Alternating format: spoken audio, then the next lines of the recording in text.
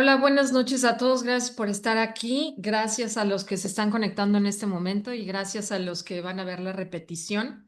Estamos muy contentas como todos los martes. Hoy tenemos una clase increíble, una clase súper interesante.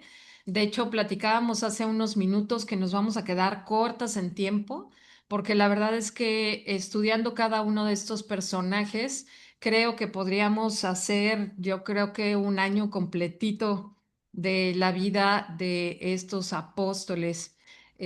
Como verán, aquí tenemos esta primera lámina donde vamos a ver el periodo apostólico y la iglesia primitiva. Y bueno, para empezar, yo quiero comentarles que hice un pequeñísimo resumen de este libro que se llama 12 hombres comunes y corrientes, que está aquí. Este está escrito por el John MacArthur, que es un pastor y maestro de California, en Estados Unidos. Me encanta cómo maneja ese libro, me encantó cómo maneja cada uno de los personajes y se los voy a resumir no todo el libro, obviamente, pero una pequeñita parte. Entonces, fíjense. ¿Te has sentido descalificado común y corriente? Yo creo que esto nos ha pasado a todos y cada uno de nosotros. 12 hombres comunes y corrientes, 12 hombres descalificados para llevar a cabo una tarea monumental. Ninguno era reconocido por su erudición ni por su gran saber. No eran oradores ni teólogos. De hecho, vivían al margen de lo que era el sistema religioso de los días de Jesús. No sobresalían por talentos naturales o habilidades intelectuales. Todos eran proclives a equivocarse, a fallar, a tener actitudes erróneas, a que les faltara la fe y a experimentar amargos fracasos. Y el mejor ejemplo de esto era el líder del grupo, Pedro. Incluso Jesús expresó que eran lentos para aprender y de cierta manera torpes espiritualmente. Esto lo pueden encontrar en Lucas 24-25. Aún así, estos hombres dejaron un impacto indeleble en el mundo. Dios los capacitó y usó para inaugurar la difusión del mensaje del Evangelio, es decir, de las buenas noticias. Él conocía todas sus fallas mucho antes de que los eligiera. Jesús los seleccionó y los preparó para un tiempo que se mide mejor en meses que en años. Les enseñó las escrituras y teología, los discipuló para que vivieran en una vida piadosa, enseñándoles por medio del ejemplo a orar, a perdonar y a servirse mutuamente con humildad. Les dio instrucción oral, los empleó como instrumentos para sanar a los enfermos y echar fuera demonios y hacer obras milagrosas. Incluso tres de ellos, Pedro, Jacobo y Juan, pudieron ver a Jesús brevemente en su gloria en el monte de la transfiguración. Esto del monte de la transfiguración lo vimos en la clase pasada. La noche que Jesús fue traicionado, todos los discípulos, dejándole, huyeron. Desde un punto de vista terrenal, el programa de entrenamiento parecería un fracaso monumental. Parecería que los discípulos habían olvidado o pasado por alto todo lo que Jesús les había enseñado sobre que cada uno tomara su cruz y lo siguiera. De hecho, su propia sensación de fracaso era tan profunda que por un tiempo decidieron volver a sus antiguas ocupaciones.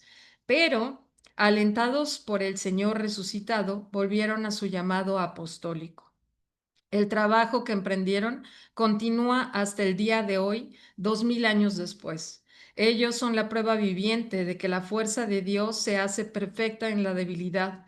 Por sí mismo es evidente que eran ineptos para la tarea, pero Dios los llevó en el triunfo en Cristo, a través de ellos difundió en todo lugar el olor de su conocimiento. Me encanta esta parte porque aparte el otro día también estaba yo viendo un video en donde verdaderamente, no sé si se acuerdan la semana pasada que también vimos en algunos casos cómo murieron, todas las cosas que hicieron. Yo creo que cualquiera de nosotros que viera todo esto que va a suceder, toda esta persecución, si no es por fe, no habría manera de que ellos pudieran haberlo hecho. De verdad, no habría ni una sola manera en que lo pudiéramos haber hecho. Cualquiera de nosotros que nos hubieran dicho esta situación que vamos a suceder, si no hubiese sido por fe, no habría manera de que Estos 1995 años o 2000 años después, ya que varios de estos libros fueron escritos alrededor del 60 o 62 después de Cristo, no hubiera podido ser así. Entonces, bueno, miren, aquí tenemos el periodo apostólico y la iglesia primitiva. Pablo menciona en Gálatas 3:29, y ahora que pertenecen a Cristo, son verdaderos hijos de Abraham, son sus herederos y la promesa de Dios a Abraham les pertenece a ustedes. ¿Qué significa ser apóstol? Además de ser aprendices, porque todos empezamos como aprendices, pero a ellos les llaman aprendices, ahora también iban a ser apóstoles. ¿Qué es un discípulo? Un aprendiz. Apóstol viene del verbo griego apostelo, significa enviar, y el sustantivo apóstoles significa que uno es enviado, es decir, mensajero. Pero la palabra griega para mensajero era ágelos o ángelos, que también viene de la palabra ángel. Un apóstol era más importante que un mensajero. Apóstolos comunicaba la idea de un embajador o de un representante oficial. Cuando Jesús los nombra apóstoles, les da entonces la autoridad para entregar su mensaje y ejercer su autoridad. Ahora fíjense este pasaje de Primera de Corintios 1, 27 al 29. Lo necio del mundo escogió Dios para avergonzar a los sabios, y lo débil del mundo escogió Dios para avergonzar a lo fuerte, y lo vil del mundo y lo menospreciado escogió Dios, y lo que no es, para deshacer lo que es, a fin de que nadie se jacte en su presencia. Esta parte me encanta también porque obviamente, pues ahora que vamos a estar estudiando un poquito, solamente una embarradita de la vida de estos apóstoles, que es súper interesante. Pues obviamente este pasaje es súper importante. ¿Cuál es la responsabilidad de los apóstoles o cuál fue la responsabilidad de los apóstoles, estos hombres que fueron transformados por Jesús? Uno, constituyeron el fundamento de la iglesia, lo pueden encontrar en Efesios 2:20. También fueron inspirados en el mensaje que estaban llevando por medio de Jesús, Efesios 3:5. Fueron la fuente de la sana doctrina de la iglesia, Hechos 2:42. Fueron los primeros maestros, Efesios 4:11. Ejemplos de virtud, Efesios 3:5. Y recibieron el poder para hacer milagros. Esto lo pueden encontrar en Hechos 2, del 3 al 4. En términos terrenales, la fundación de la iglesia y la difusión del mensaje del Evangelio dependían enteramente de estos 12 hombres comunes y corrientes con todas sus debilidades. Ellos son, en un sentido real, el fundamento de la iglesia cristiana, siendo la principal piedra del ángulo Jesucristo mismo. Eso lo pueden encontrar también en Efesios 2:20. Y para terminar esta parte de introducción a los apóstoles, pues obviamente lo que ya mencioné, los apóstoles de Jesucristo jugaron un papel crucial en la propagación del cristianismo después de su muerte y resurrección. Eran un grupo de discípulos seleccionados por Jesús para ser sus seguidores y mensajeros. Eran testigos oculares de la vida, muerte y resurrección de Jesús. Los roles de los apóstoles, como ya lo mencioné, fueron enviados a predicar el Evangelio, a hacer milagros y establecer iglesias en diferentes lugares. Vidas de los apóstoles: después de la muerte y resurrección de Jesús, los apóstoles se dispersaron por diferentes partes del mundo, conocido para predicar el Evangelio. Muchos de ellos sufrieron persecución y martirio por su fe.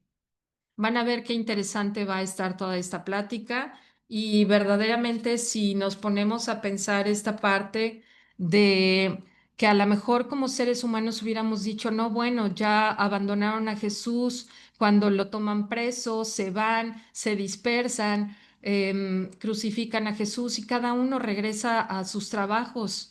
Entonces, imagínense el peso que tendría cada uno de ellos, cómo se sentirían, qué estarían pensando, y de repente 3 días después, bueno, pues ya se saben la historia. Vamos a seguir. Muchas gracias.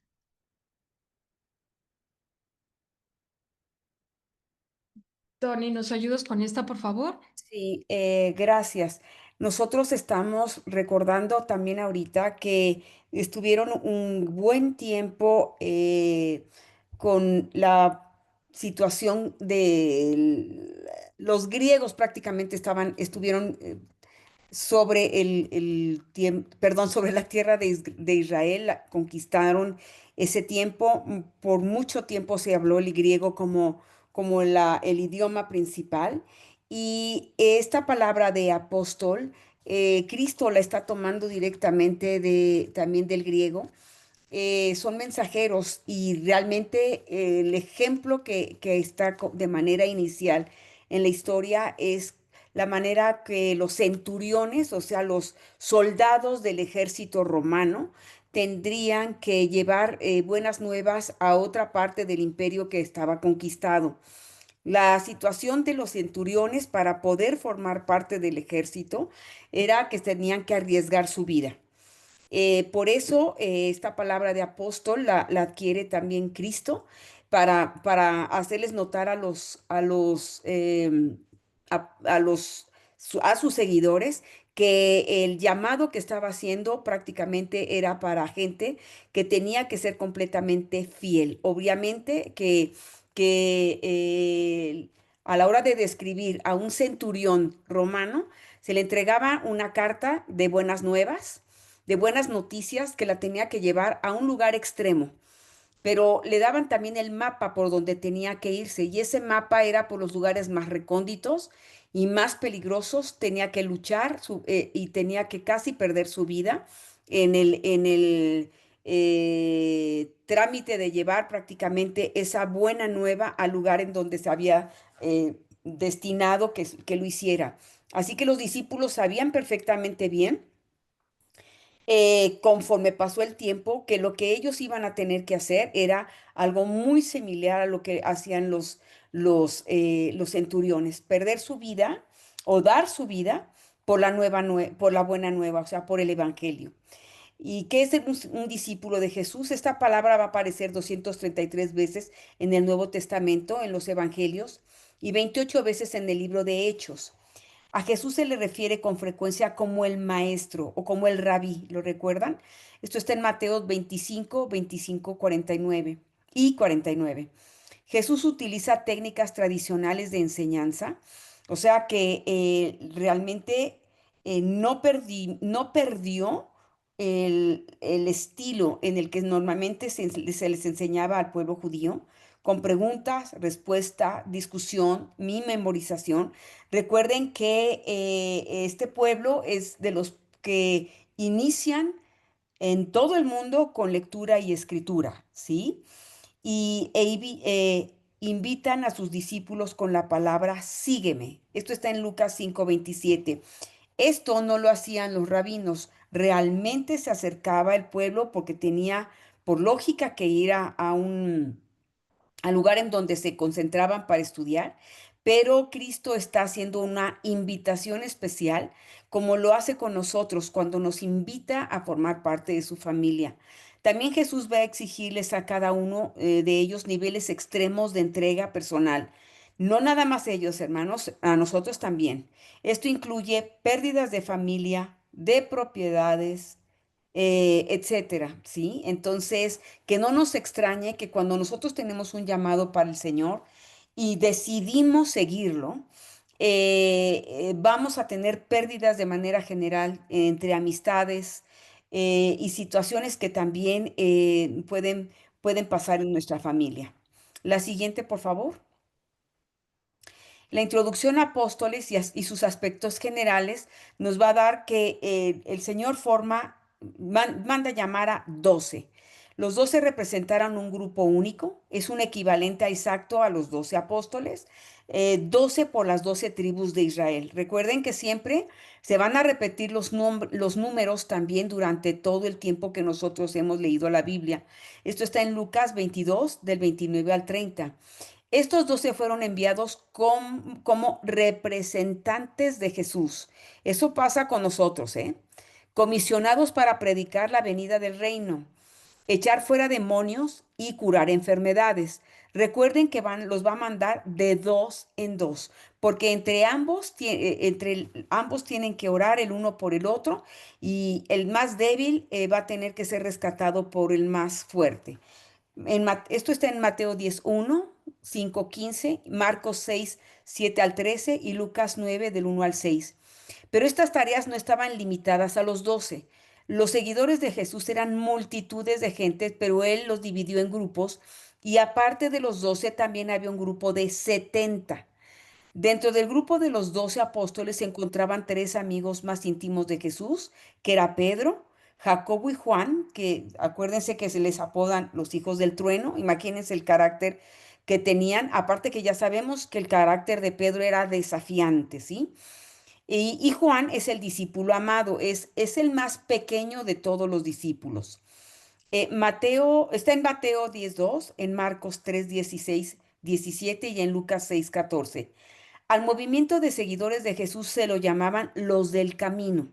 Con el tiempo, en un lugar llamado Antioquía de Siria, les empezaron a llamar cristianos. Uno de estos apóstoles fue Mateo el Evangelista. Con este evangelio inicia el Nuevo Testamento. Está dirigido a los judíos. Su nombre inicial es Leví, pero Jesús lo renombra Mateo, que significa el regalo de Yahvé. Era hijo de Alfeo, como uno de los Jacobos que seguían también a Jesús, el cual también se le incluye en la lista de los apóstoles. O sea que indica que tanto Mateo como Jacobo, hijos de Alfeo, están estrechamente vinculados con Jesús.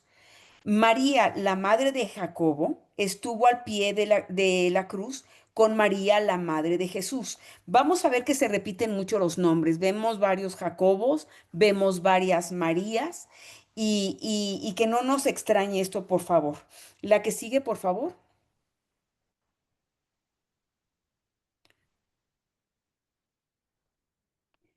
Aquí están las imágenes de que quisimos representar a cada uno de ellos.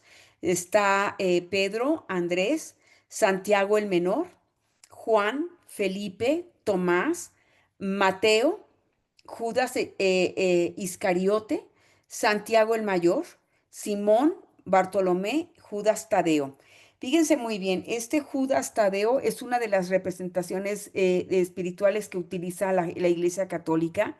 Es uno de los, pues ahora sí, de los santos que a los que se les reza más. Sabemos que nosotros mismos con nuestras oraciones podemos llegar a ver milagro tras milagro, pero no por eso la gente nos va a adorar, ni nos va a poner veladoras, ni tampoco nos va a santificar, ¿eh? Que nos quede muy, muy claro en esto, por favor.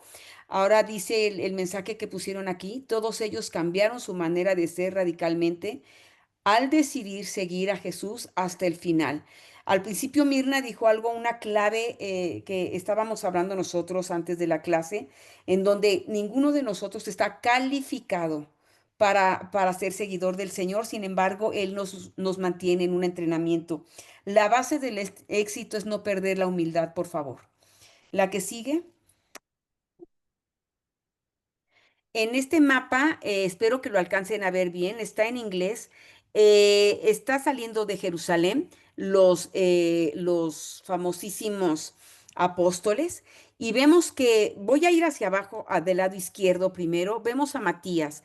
Matías va a quedar en lugar de este Judas Iscariote y va a ser seleccionado por los 11 para que sea él, siga el grupo de los 12, ¿ok? Matías va a estar predicando, va a alejarse hacia la India, pero Mateo también. No es cierto, hacia la India, no, hacia Egipto, perdón. Inclusive Mateo tuvo su ministerio en Etiopía, ¿sí? Si nos vamos hacia abajo a la derecha, vemos que Tomás se fue hacia las partes de la India, ¿sí? Y si subimos nuevamente a Jerusalén y vamos hacia la izquierda, vemos que Marco estuvo en Egipto. Y hacia la derecha, de abajo para arriba, Simón el Celote se va a ir a la zona de Rusia. El que sigue es Bartolomé, que también son hacia las áreas hacia Rusia para lo que es para nosotros, ¿sí? Y también está Tadeo, Judas Tadeo, se va a quedar en la zona que para nosotros hoy es Turquía. Sigue Judas, supongo que es Judas, el hermano del Señor Jesucristo. Sigue también una zona de Turquía. Y Felipe también en zona de Turquía. Y Juan. Juan va a estar en el área en donde se le llamaba Asia. Juan prácticamente está en la punta de lo que hoy es Turquía y nada más eso se le llamaba Asia. Después, con la flecha roja, vamos a ver que de Jerusalén va a salir Andrés y va a llegar a lo que son las zonas de Grecia, pero más adelante, del lado izquierdo, está en Italia Lucas y hasta España, si se fijan, está ahí Jaime y arriba está prácticamente José. No de todo se habla directamente lo que fue haciendo cada uno, pero definitivamente al ser de los 12 tienen el poder de parte del Señor Jesucristo, el Espíritu Santo para predicar de tal manera que llegó hasta nuestra época y esperemos que trascienda a través de nosotros más. La que sigue, por favor. En este mapa nos vamos a fijar primero en Jerusalén, ¿sí? Sí conocemos del lado derecho Libia. Libia está más a la izquierda todavía. Es un país árabe al día de hoy y sigue Egipto que también, pues estos egipcios no son árabes, pero sí son musulmanes. Del lado derecho está Arabia y también sabemos que todos ellos son musulmanes. Del lado derecho hacia arriba vamos a ver Mesopotamia, que es donde inicia prácticamente la historia, ¿no? En Ur de los Caldeos con este Abraham, aunque ya había la historia iniciado desde el tiempo de Adán y Eva. Se desarrolla así en estos lugares, pero sabemos que el centro de todo prácticamente es Jerusalén. Elam es Irán, Partia es hacia Rusia y lo que es Capadocia, Ponto, Panfilia, Asia, fíjense que es la pura esquinita, ¿sí? Toda esa zona, hasta llegar inclusive a Roma, lo vamos a ver nosotros no nada más con los apóstoles, sino ahora que veamos al apóstol Pablo, vamos a ver cómo él camina por toda esta zona predicando.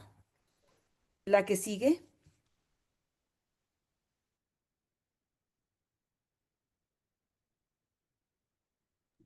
No sé a quién le toca la 10. Lupita, ¿nos Ahí voy. ayudas? Estaba quitando el micrófono. Gracias. Ahora vamos a empezar a hablar de aspectos muy generales, ya con toda la explicación que nos hizo el favor Tony y Mirna de darnos de los apóstoles, aunque ahorita nos vamos a dedicar al final de la presentación a darles un poquito más de detalles. Pero estas son cosas importantes que nos gustaría que tomáramos en cuenta. Fíjense bien, la edad de Jesús. Jesús nació entre el año 6 y 4 antes de Cristo, obviamente estamos hablando de la época del Señor, y murió alrededor del 30 al 33 después de Cristo. Se dice que fueron 33 años de edad. Edad de los apóstoles. No hay información directa sobre la edad de los apóstoles, pero se cree que muchos de ellos eran jóvenes adultos en el momento en el que siguieron a Jesús. Muchas veces tenemos la percepción de que ya son señores grandes de 40, 50, 60 años. ¿Por qué? Porque su aspecto, su barba, su apariencia, pero en realidad eran jóvenes, eran hombres muy jóvenes. Sobre todo Juan era de los más jóvenes. Pedro se cree que era uno de los apóstoles mayores, posiblemente en sus 30 años, cuando Jesús murió. Estamos hablando de gente muy joven. Tenemos que tomar en consideración eso. ¿Por qué? Pues porque también tenían una vida personal, también tenían necesidades personales, también seguramente querían hacer una familia, también querían estar con sus primos, qué sé yo, y sin embargo tomaron la decisión de seguir a Jesús, de obedecer a Jesús y de ir a predicar el Evangelio en esta iglesia primitiva. Juan es considerado uno de los apóstoles más jóvenes, posiblemente en sus 20 años, imagínense, cuando Jesús murió. Andrés, hermano de Pedro, podría haber tenido una edad similar a la de Pedro. ¿Me pasas la siguiente, Mir? Aquí vamos a ver solamente highlights o aspectos muy generales de cada uno de los apóstoles. Les mencionó Mirna al principio esta presentación general de los apóstoles. Podríamos hablar de Mateo hora y media, y podríamos hablar de Marcos hora y media, y podríamos hablar de Pedro hora y media, y así sucesivamente. Pero acuérdense que desde que empezamos hace año y medio estas pláticas, estamos hablando de personajes de la Biblia y nos estamos enfocando un poquito más en las características que estos hombres y mujeres tuvieron para identificarnos nosotros con ellos, tanto en las partes buenas como en las malas, y cómo siendo hombres comunes y corrientes, Dios los usó, ellos obedecieron y además trascendieron con la palabra del Señor como evangelistas algunos, como apóstoles, que ya lo explicamos. Entonces ahorita no nos vamos a dedicar a hablar muchísimas horas de cada uno de los apóstoles porque no acabaríamos, les garantizo, en una semana, pero ustedes en cada uno de sus libros los van a poder ver en un contexto completo. En el caso de Mateo, Mateo es conocido por ser el autor del Evangelio de Mateo. Fue un recaudador de impuestos antes de convertirse en discípulo de Jesús. Según la tradición, Mateo predicó el Evangelio en Etiopía y murió mártir.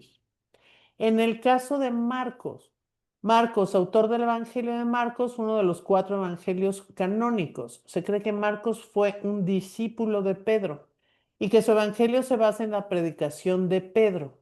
El Evangelio de Marcos se enfoca en la vida y ministerio de Jesucristo, destacando su autoridad y poder. Marcos es considerado un evangelista y su legado se centra en la difusión del mensaje de Jesucristo. ¿Me pasas la siguiente, Mir, please? Lucas, autor del Evangelio de Lucas y los Hechos de los Apóstoles. Se cree que Lucas fue un compañero de Pablo, de Tarso, y que su evangelio se basa en la investigación y testimonio de testigos oculares. El Evangelio de Lucas se enfoca en la vida y ministerio de Jesús, destacando su compasión y amor por los marginados. ¿Se fijan cómo cada uno tiene características diferentes y particulares? Lucas también escribió los Hechos de los Apóstoles que narran la historia de la iglesia primitiva y la difusión del cristianismo. No me voy a comer el tema de Mirna, pero también era médico. Entonces, precisamente por eso Lucas hacía muchísima investigación y cada uno de ellos tenía características particulares. Juan, aquí lo quisimos presentar con ustedes, si se fijan, como el hombre más joven del grupo. Es conocido por ser el autor del Evangelio de Juan y el Apocalipsis. Fue uno de los discípulos más jóvenes de Jesús. Según la tradición, Juan fue exiliado a la isla de Patmos, donde escribió el Apocalipsis. ¿Me pasas la que sigue, por favor? Pedro. Pedro era obviamente un temperamento diferente, era casi casi el guía de todos los apóstoles, es considerado uno de los líderes de los apóstoles. Pedro jugó un papel clave en la iglesia primitiva, fue uno de los discípulos más cercanos a Jesús. Es considerado el líder de los apóstoles y jugó un papel clave en la iglesia primitiva. Según la tradición, Pedro fue crucificado en Roma durante el reinado del emperador Nerón. Y si no me equivoco, corrígeme, Tony, creo que lo crucificaron boca abajo, ¿verdad? Sí. Sí, de cabeza.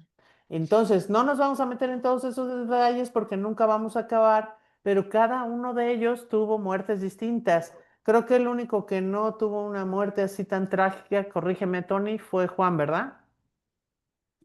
No, sí, sí, Lupita. En la isla de Patmos lo metieron en aceite hirviendo. No murió, pero sí lo metieron en Pero aceite sí, hirviendo. quiero decir que a él no lo crucificaron como a otros, o sea, cada uno tuvo muertes muy, muy complicadas y muy difíciles, pero bueno, algunos fueron crucificados, otros como Juan, en este caso lo que mencionaba Tony, tuvo su situación particular en este aceite. Imagínense lo que cada uno de ellos tuvo que pasar.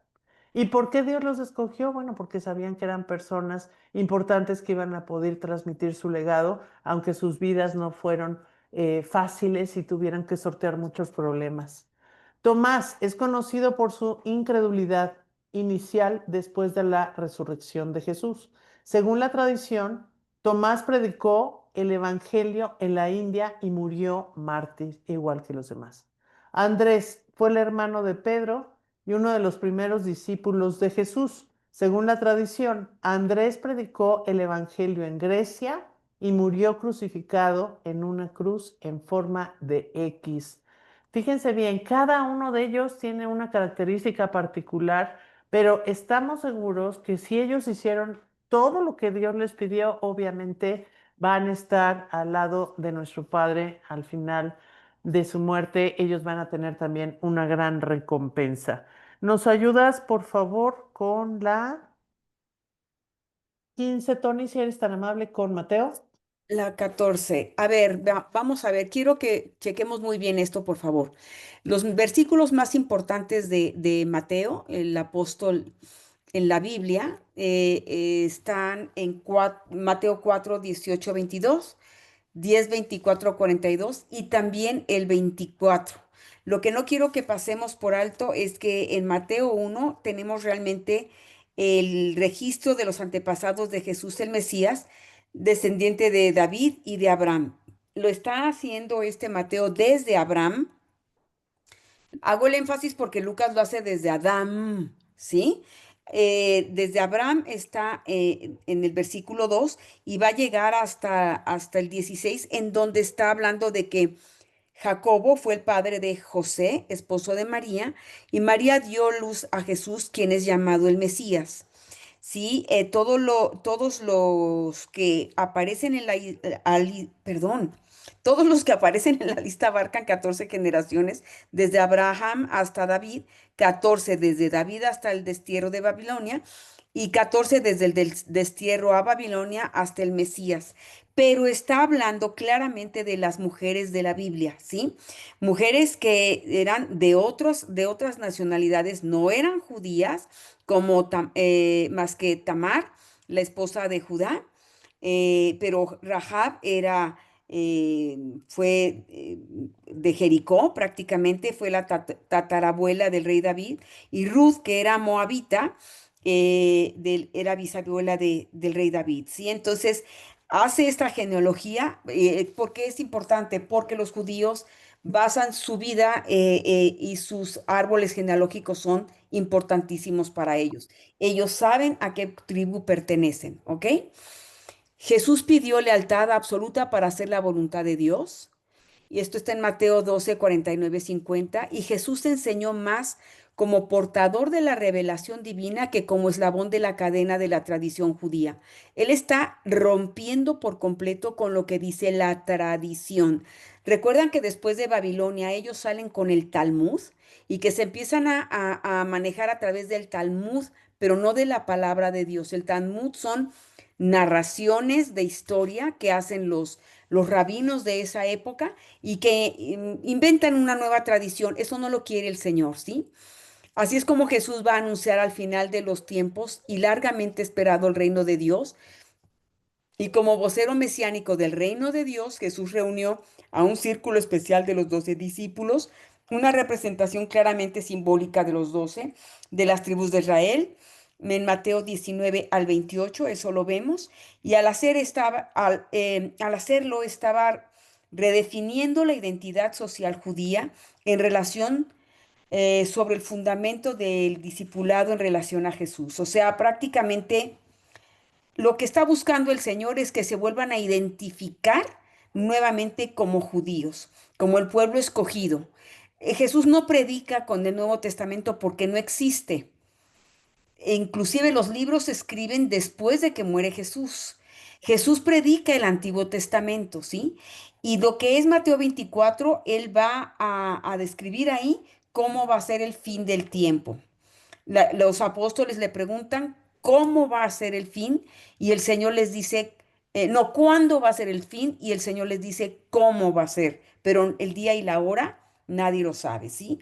Ahora hay información especial en este libro que solo se halla en el libro de Mateo.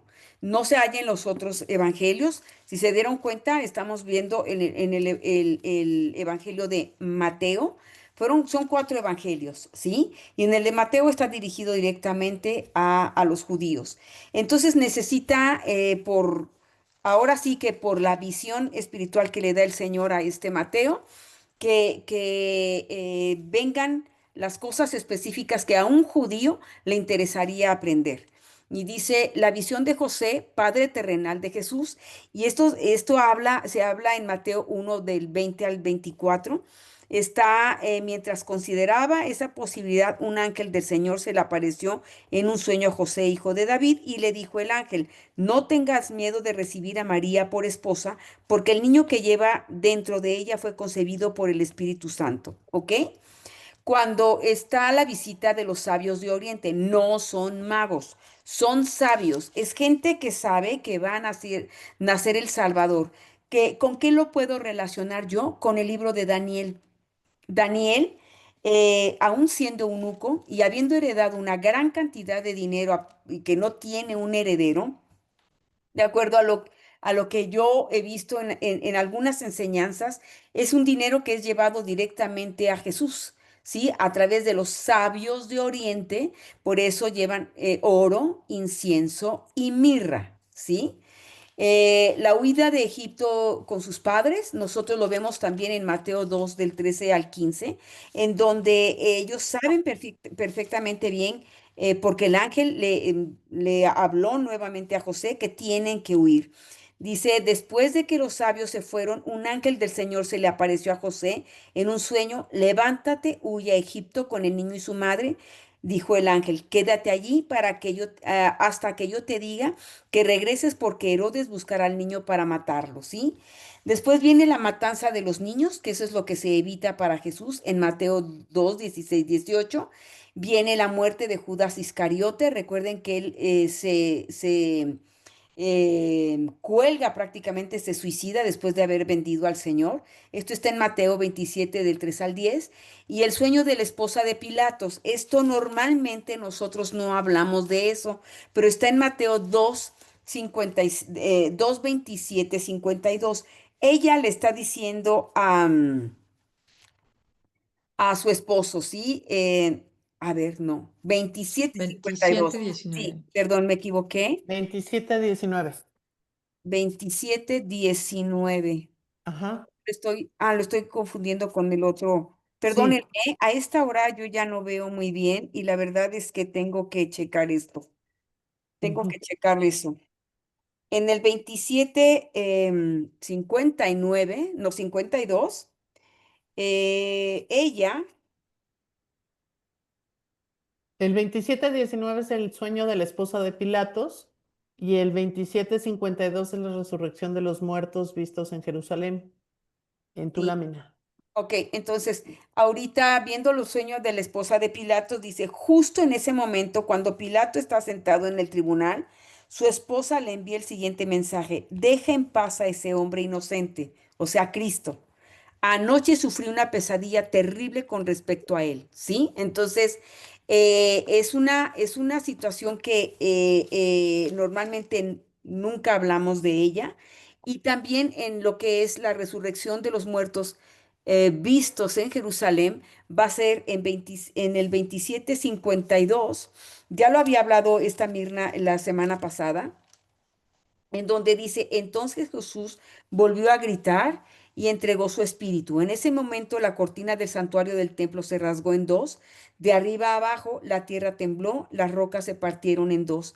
Y las tumbas se abrieron, los cuerpos de muchos hombres y mujeres justos que habían muerto resucitaron. Quiero que lo veas y quiero que marques Hebreos 11:35 porque hay una frase ahí que nos realmente nos inquieta cuando no hemos leído la Biblia y vemos que ahí dice en la resurrección de los muertos, está hablando de los ejemplos de hombres de gran fe, de situaciones de gran fe que sucedieron y dice en Hebreos 11:35, hubo mujeres que recibieron otra vez con vida a sus seres queridos que habían muerto. O sea, prácticamente en Hebreos está hablando de todos los héroes de la Biblia, ¿sí? De todas las situaciones que pasaron antes.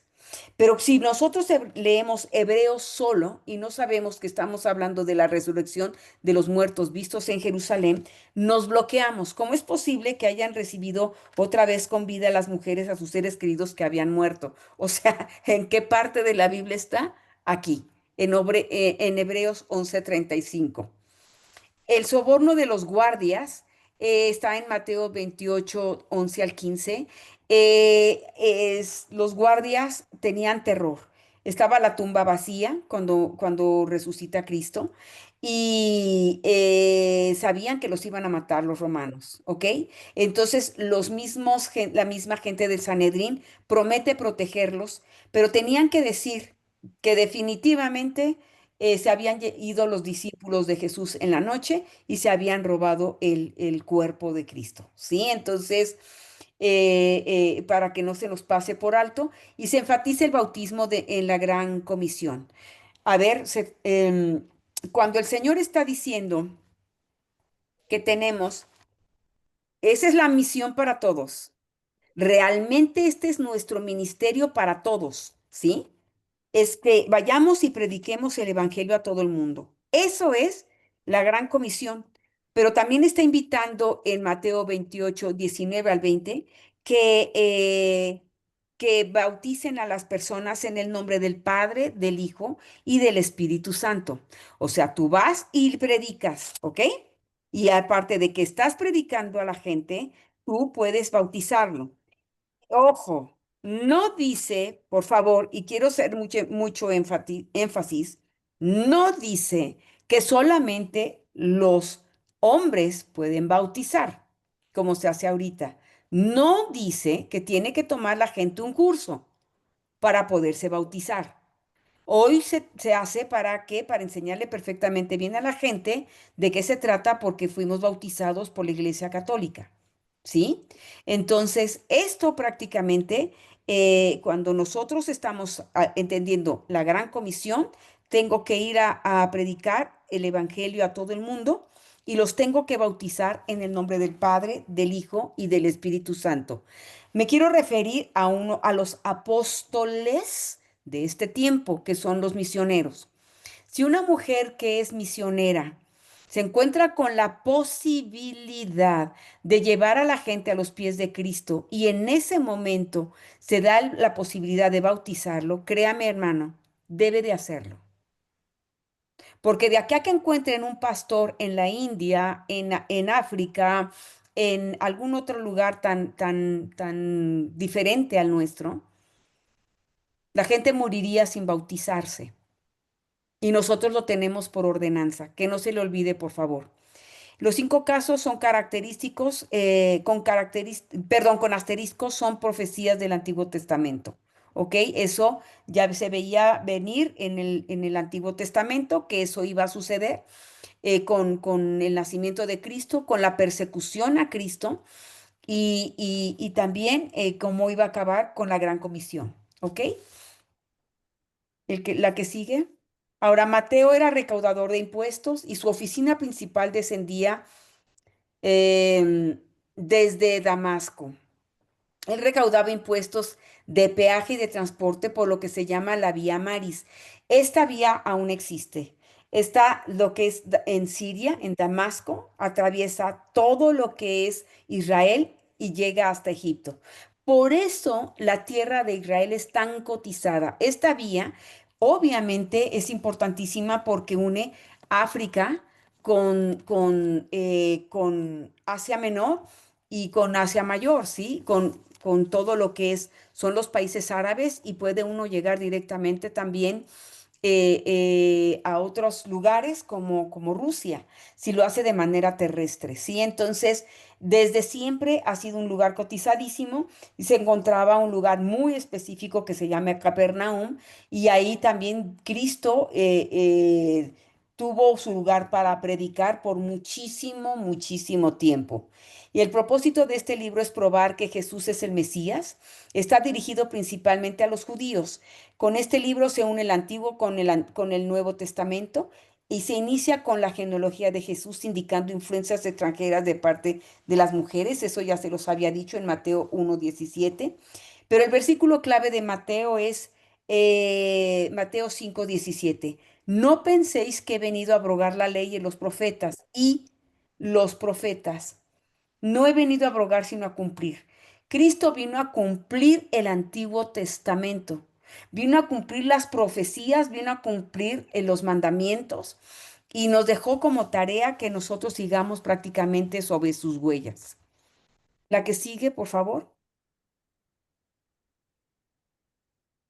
Bueno, pues aquí vemos a otro evangelio que fue escrito por Marcos. Marcos en latín, Marcus, significa gran martillo. La autoría de este evangelio se le atribuye a Marcos y al Espíritu Santo. Recordemos que en la segunda de Pedro 1:21 nos dice que los santos hombres de Dios hablaron siendo inspirados por el Espíritu Santo. Este escrito pues fue inspirado por el Espíritu Santo y lo escribió, se le atribuye a Marcos. Este Marcos no se encontraba entre los discípulos originales de Jesucristo. Más tarde se convirtió, llegó a ser ayudante del apóstol Pedro y se cree que basó su relato en las enseñanzas y experiencias de Pedro sobre la vida de Jesús.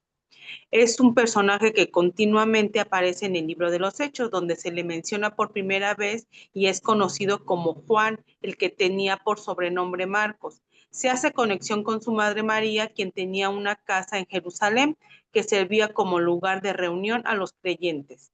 Este relato lo podemos ver en Hechos 12:12. Se cree que también venían de una familia pues de dinero porque tenían una propiedad ahí en Jerusalén donde pues se veía que se reunían todos los creyentes. Inclusive ahí también se menciona que Pedro llegó ahí, ¿no? Cuando salió de la cárcel. Marcos acompañó a Pablo y a Bernabé, que era su tío, en el primer viaje misionero, pero desertó y regresó a Jerusalén. Lo podemos ver en Hechos 12:25, en 13:4-6 y 42-48.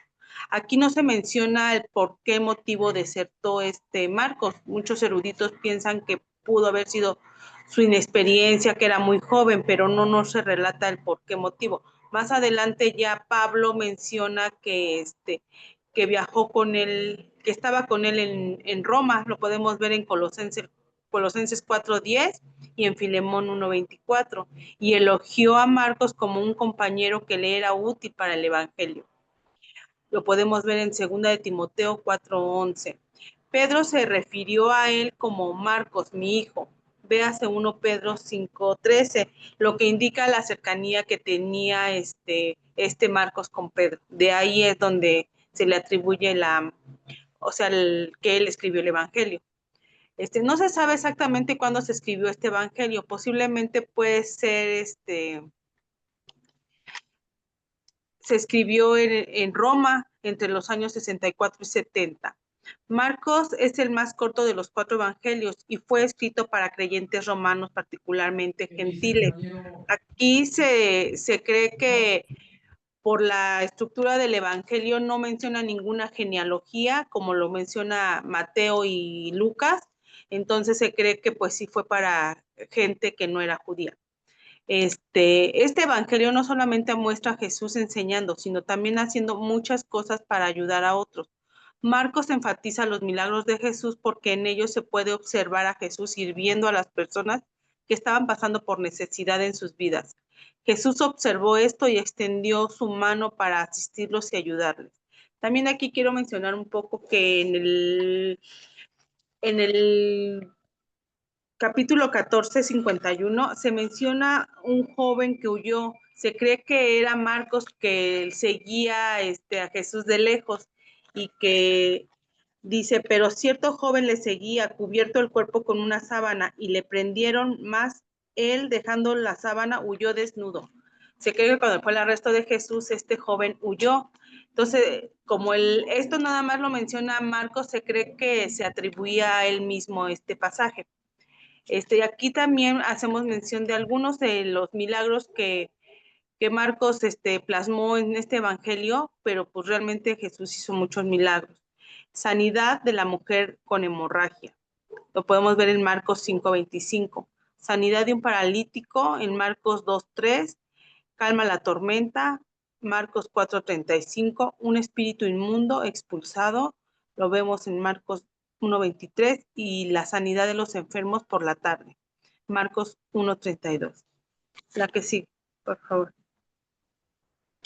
Bueno, pues aquí vimos ponemos algunos versículos que son importantes en este libro de Marcos, donde él plasma su divinidad, su humanidad de Jesucristo.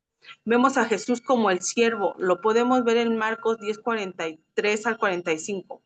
Pero no será así entre vosotros, sino que el que quiera hacerse grande entre vosotros será vuestro servidor, y el que vosotros quiera ser el primero será siervo de todos, porque el Hijo del Hombre no vino para servir, sino para ser servidos. Aquí podemos ver un mensaje que nos deja Marcos, ver cómo el seguir a Cristo, ser un servidor, pues implica dejarlo todo, ¿no? Y la humanidad y el servicio como valores principal nos los deja Jesús, que Él dio su vida para servir a los demás y poder, ¿cómo se llama? Pues dejarnos un ejemplo, ¿no? Para poder seguirlo tenemos que cargar nuestra cruz y dejarlo todo. Jesús como Hijo de Dios. El centurión que estaba frente a él, viendo que después de clamar había expirado, así dijo, verdaderamente este es el Hijo de Dios. Pues aquí reconociendo ya a esta persona que Jesús era Dios, ¿no? Y que no se defendió, no hizo nada, sino que él dio la vida por la humanidad. Jesús y su humanidad. Entonces, en Marcos 3:5 podemos ver, entonces mirándolos alrededor con enojo, entristecido por la dureza de sus corazones, dijo al hombre, extiende tu mano, y él extendió la mano y fue restaurada. Aquí podemos ver cómo Jesús se enoja al ver la incredulidad de todos los fariseos, ¿no? Porque pues ya habían visto varios milagros y ellos seguían con un corazón duro. La que sigue, por favor. Aquí en Marcos 6:34 dice, y salió Jesús y vio una gran multitud y tuvo compasión de ellos, porque eran como ovejas que no tenían pastor, y comenzó a enseñarles muchas cosas. Aquí vemos otra parte de la humanidad de Jesús, ¿no? Que sintió lástima, ¿no? Por todas aquellas almas perdidas, porque los vio como dice, ¿no? Como esas ovejas sin pastor. En Marcos 13:32 dice, pero aquel día y la hora nadie sabe, ni aun los ángeles que están en el cielo, ni el Hijo, sino el Padre. Aquí mostró otra parte de su humanidad, que aún siendo 100% humano y 100% divino, aquí muestra que nadie sabe, ni siquiera el Hijo del Hombre sabía la hora en que va a venir el Señor. La que sigue, por favor. El Marcos 1:40 al 41 dice, vino a él un leproso rogándole, e hincado de rodilla le dijo, si quieres puedes limpiarme. Jesús, teniendo misericordia de él, extendió la mano y le tocó y le dijo, quiero ser limpio. Entonces aquí también podemos ver otra parte, ¿no? De cómo Jesús tiene misericordia y sana a los enfermos, ¿no? Y la fe también de la gente que se acercaba a él. Este evangelio podemos ver a Jesús como un siervo sufriente y su humanidad, que a pesar de su divinidad era humano, y que como creyente tenemos la necesidad de arrepentirnos y tener fe. En Marcos 1:15 dice, diciendo, el tiempo se ha cumplido y el reino de Dios se ha acercado. Arrepentíos y creer en el evangelio. Este mensaje a mí me impactó porque podemos ver que ya los tiempos están cerca y que tenemos esa necesidad de, de creer más en el evangelio y de, como decía Tony en estos momentos, ir a predicar el arrepentimiento y predicarles el evangelio. Eso es todo. Gracias. La que sigue. Gracias, Leti. Bueno, pues aquí vamos a ver el libro de Lucas. Lucas es un apóstol y evangelista en el Nuevo Testamento de la Biblia. Se cree que fue un discípulo de Pablo y un médico de profesión. Lucas es autor del Evangelio de Lucas y de los Hechos de los Apóstoles. Yo aquí tengo en mi acordeón, era médico, se dice que era médico, era un cristiano convertido. Algunos estudiosos bíblicos creen que Lucas no era de origen judío, sino de Antioquía, de Siria. Otros piensan que era un judío helenístico, compenetrado con la cultura griega, y que por eso se dirigía a los gentiles, es decir, a los no judíos, en particular a los de origen griego. También dedicó sus obras a Teófilo, escribió en griego, era un riguroso historiador, y su evangelio es uno de los llamados evangelios sinópticos. Y también se dice que conoció a María, la madre de Jesús, y se le ha llamado el evangelista de la alegría y de la misericordia. El libro de Lucas es un libro de 24 capítulos, escrito alrededor del 60 después de Cristo, y el libro de Lucas relata la vida y el ministerio de Cristo.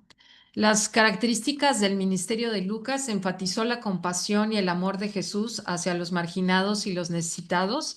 Destacó la importancia de la fe y la oración en la vida de los creyentes.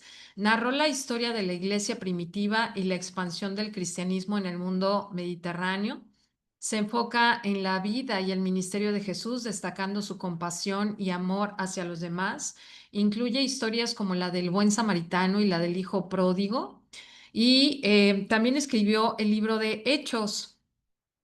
Em, Fíjense, escribir, el libro de Hechos es un relato del nacimiento y el crecimiento de la iglesia cristiana. Esto fue escrito entre el 63 y el 70 después de Cristo. Escribe uno de los primeros registros de la vida de Jesús. Y fíjense, esto me pareció súper interesante también. En un estudio que escuché, decía que el libro de Hechos es un puente entre los evangelios y las cartas. Si no tuviéramos el libro de Hechos, terminaríamos los evangelios y nos encontraríamos con la carta de Pablo a los romanos. No sabríamos quién era Pablo y no sabríamos por qué le está escribiendo a los romanos. Si lo que vemos en los evangelios es la mayor parte de los nuevos cristianos son judíos, judíos convertidos al cristianismo, pero de nacionalidad judía. Hechos nos permite conocer otros personajes como Timoteo, Lucas o Cornelio. Si no tuviéramos este libro de Hechos, la historia quedaría inconclusa. No entenderíamos cómo el Evangelio llegó a nosotros. El libro de Hechos nos narra cómo de este primer cristianismo, que es completamente judío, se abre al Evangelio a todas las naciones y cómo eso es el plan de Dios, porque podríamos nosotros también pensar que nosotros los cristianos no judíos nos metimos a la fuerza y no es así. Estábamos en el plan de Dios. Todo esto nos narra el libro de Hechos. Fue escrito por Lucas. Pablo lo menciona como el médico amado y evidentemente era un doctor, un médico. En aquella época, un doctor podía haber sido un esclavo que había sido capacitado como médico, pero de todos modos un esclavo.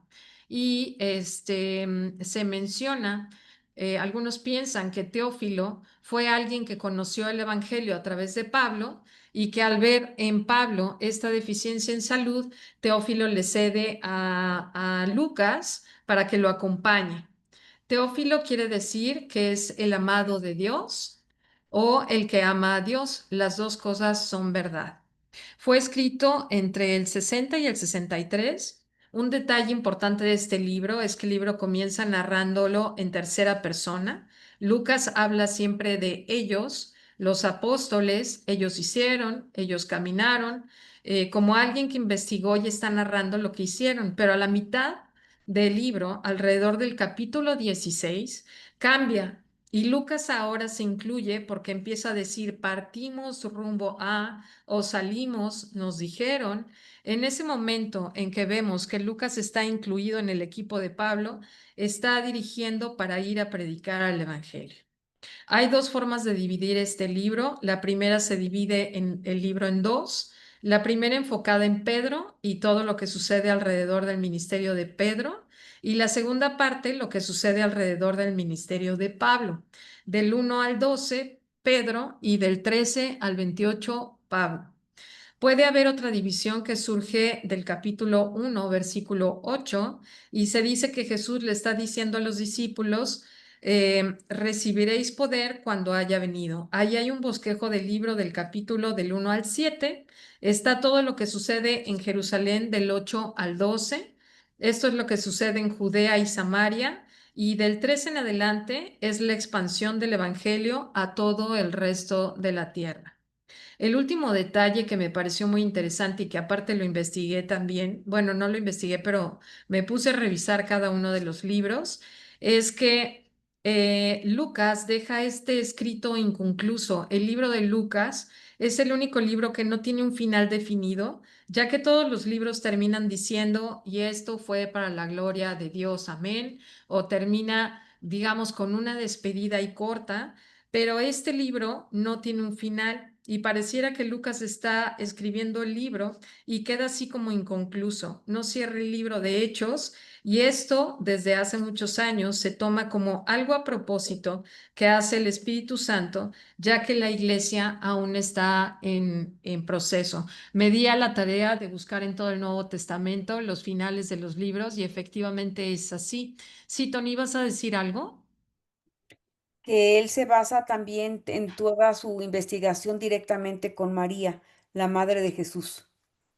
Sí, la verdad es que es interesantísimo, por eso les decía que nos vamos a quedar cortos en todos estos, en todas estas láminas, porque la verdad es que yo creo que sí nos podría llevar fácilmente un año estudiar cada una de las características de estos personajes, que verdaderamente es muy interesante estudiarlos, porque además obviamente nos da una visión de qué es lo que tenemos que hacer, qué es lo que no tenemos que hacer. Obviamente también parte de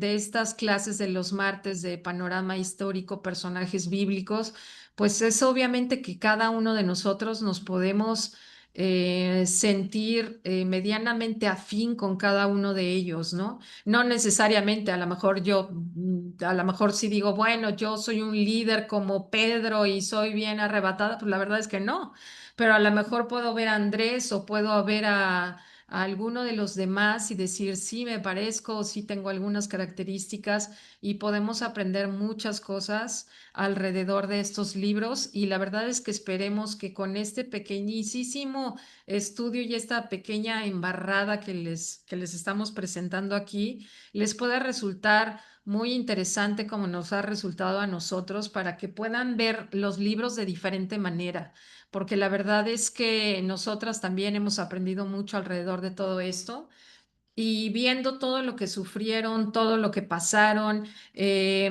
cómo Dios los transformó y sobre todo esta parte, como les decía al principio, estos 12 hombres comunes y corrientes como tú y como yo, y que de repente son transformados a tal manera que puedan llegar a sufrir estas muertes terribles, porque fueron terribles. No hay otra manera de expresarlo más que es una prueba fehaciente de la fe tan grande que tenían, ¿no? Bueno, aquí dice Hechos de los Apóstoles, narra la historia de la iglesia primitiva y la expansión del cristianismo después de la resurrección de Jesús. Destaca el papel de Pedro y Pablo en la iglesia primitiva y su misión para llevar el evangelio de los gentiles, lo que les dije hace ratito. Lucas se le asocia con el símbolo del toro o del buey, que representa su énfasis en el sacrificio y el servicio. Ahora, pues la verdad es que sí, sí, si nos ponemos a analizar cada uno de estos personajes, lo que vivieron, lo que hicieron. Imagínense de verdad qué sería si no leyéramos el libro de Lucas. Yo creo que yo creo que la mayoría de los que estamos aquí hemos leído el Nuevo Testamento, hemos leído, ya hasta no lo sabemos, no lo sabemos, ¿no? Mateo, Marcos, Lucas y Juan, pero cuando estás viendo el libro de Lucas o estás viendo el libro de Mateo y ves todas las palabras en rojo escritas, que son las palabras de Jesús. ¿Qué hubiera pasado verdaderamente? Yo cuando estaba estudiando esto dije, de veras, ¿qué hubiera pasado si no estuviera este libro? Efectivamente, no sabríamos que, o sea, sí es un puente para que nosotros nos enteremos qué pasa, porque muchas veces lo leemos de corrido, como dice Tony, y de repente podemos no entender por qué en Hechos está esa parte como la que nos acaba de explicar Tony, o por qué en Apocalipsis dice tal, o por qué ahora que estudiamos el libro de los Salmos, también muy interesante por qué está escrito de esa manera, ¿no? Y ya me tardé, ¿verdad? Lucas, estos son algunos de los versículos clave del Evangelio de Lucas en la Biblia, la misión de Jesús. El Espíritu del Señor está sobre mí porque me ha ungido para anunciar a los pobres la buena nueva, me ha enviado a proclamar la liberación de los cautivos y la vista a los ciegos, para dar la libertad a los oprimidos y proclamar un año de gracia del Señor. Esto lo pueden encontrar en Lucas 4, 18 al 19. Amor y perdón. Amen a sus enemigos, hagan el bien a quienes los odian, bendigan a quien los maldicen, oren por quien los maltrata. También dice, sed pues misericordiosos, como también vuestro Padre es misericordioso. Fe y confianza, porque para Dios no hay nada imposible. Lo que es imposible para los hombres es posible para Dios. Lucas 18, 27. Y por último, Lucas, la importancia de amar a Dios y al prójimo. Amarás al Señor tu Dios con todo tu corazón y con toda tu alma, con todas tus fuerzas y con toda tu mente, y a tu prójimo como a ti mismo. Ojalá esto se nos pudiera pegar, porque qué trabajo nos cuesta. El gozo en el cielo, os digo que así habrá más gozo en el cielo por un pecador que se arrepiente, que por 99 justos que no necesitan de arrepentimiento. Seguir a Jesús. Si alguien quiere venir en pos de mí, niéguese a sí mismo, tome su cruz cada día y sígame. La salvación y el perdón. Hoy ha venido la salvación a esta casa, Lucas 19:9, destacando que la salvación y el perdón han llegado a través de la fe y el arrepentimiento genuino. Y quería yo mencionarles algo más, pero fíjense cómo cada uno de estos personajes tiene esta sumisión, esta perseverancia, este compromiso y esta voluntad de seguir adelante independientemente de todo lo que iba a suceder. Muchas gracias. Muy bien, y aquí vemos a Juan. Juan, también conocido como Juan el apóstol o Juan el Evangelista, fue uno de los 12 apóstoles de Jesucristo. Se cree que fue el más joven de los apóstoles y uno de los más cercanos a Jesús. Es autor del Evangelio de Juan y de las epístolas de Juan en el Nuevo Testamento.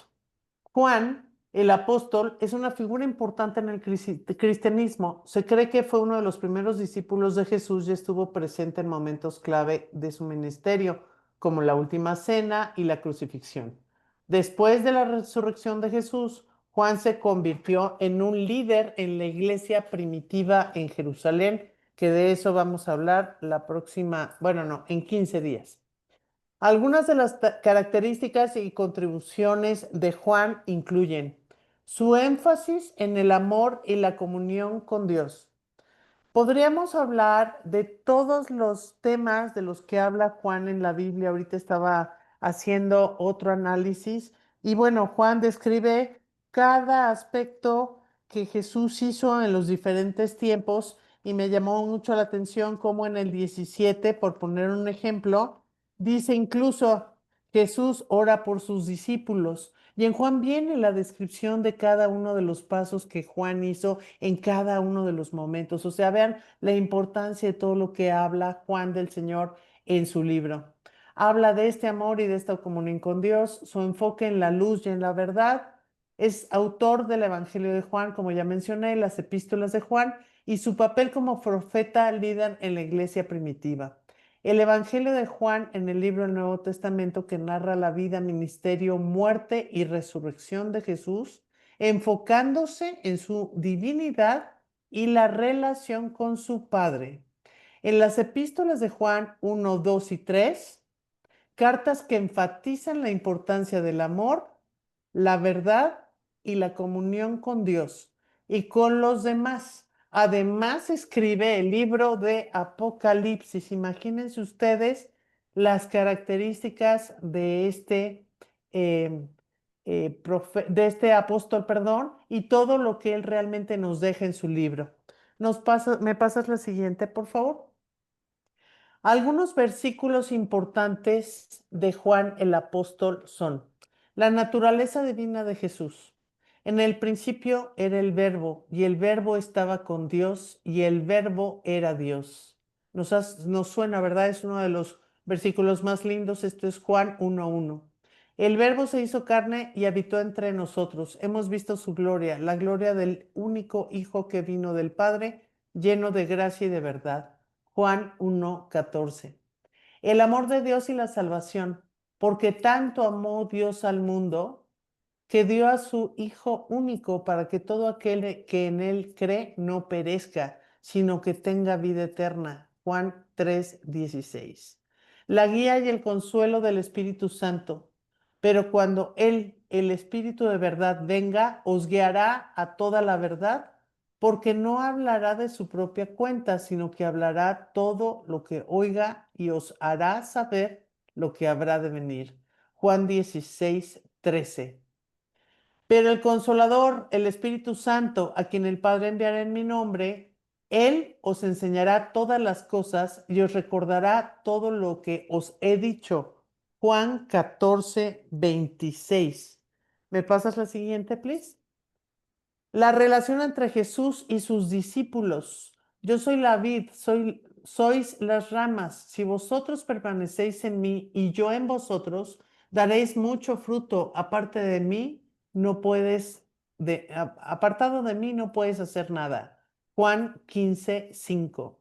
Un mandamiento nuevo os doy, que os améis unos a los otros como yo os he amado. Así os améis unos a otros. Juan 13:34. La promesa de la vida eterna. El que cree en el Hijo tiene vida eterna, pero el que rechaza al Hijo no verá la verdad porque la ira de Dios permanece sobre él. Juan 3:36. El que come mi carne y bebe mi sangre tiene la vida eterna y yo los resucitaré en el día postrero. Juan 6:54. La paz y el consuelo en la tribulación. La paz os dejo y mi paz te doy. No os doy como el mundo la da. No se turbe vuestro corazón ni tenga miedo. Juan 14:27. Estas cosas os he hablado para que en mí tengáis paz. En el mundo tenéis tribulación, pero confiad. Yo he vencido el mundo. Juan 16:33. Y les quise hacer una, antes de terminar, antes de que me pases esa misma, les quise hacer una referencia que encontré en una parte donde dice la obra del Espíritu Santo en Juan. Fíjense bien, la obra del Espíritu Santo en Juan.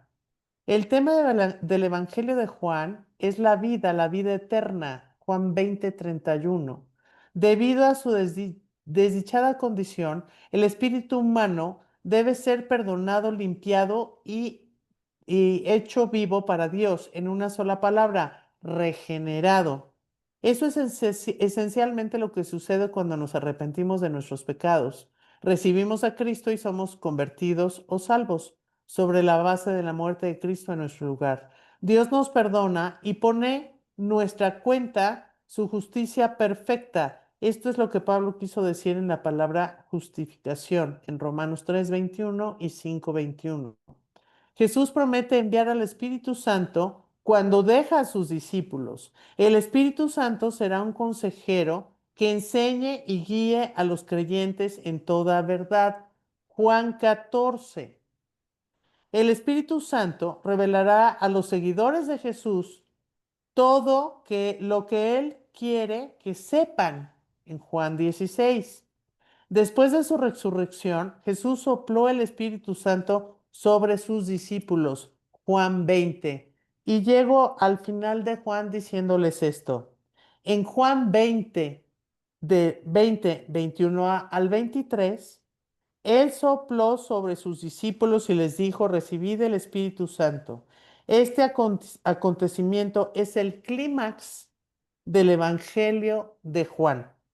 Desde aquella noche, quienes ponen su confianza en Cristo reciben su nueva vida en el momento de regeneración. Por primera vez en la historia, Dios, mediante su Espíritu, tomó residencia en los pecadores redimidos. Ahora sí me pasas la última, por favor. Por eso, en esta última lámina que estamos haciendo el día de hoy para ustedes, que estamos hablando de los apóstoles, solo los puntos más importantes, los puntos claves de cada uno de los apóstoles, porque sería enorme hablar de cada uno de los libros, de cada uno de los evangelios. Nos encantó ponerles esto, que viene en Mateo 28 del 18 al 20. Fíjense bien, dice, por tanto, id y haced discípulos a todas las naciones, bautizándolos en el nombre del Padre y del Hijo y del Espíritu Santo, enseñándoles que guarden todas las cosas que os he mandado. Y he aquí, yo estoy con vosotros todos los días hasta el fin del mundo.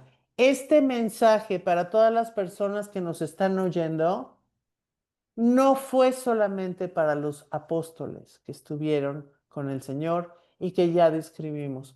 Este mensaje es para todos nosotros.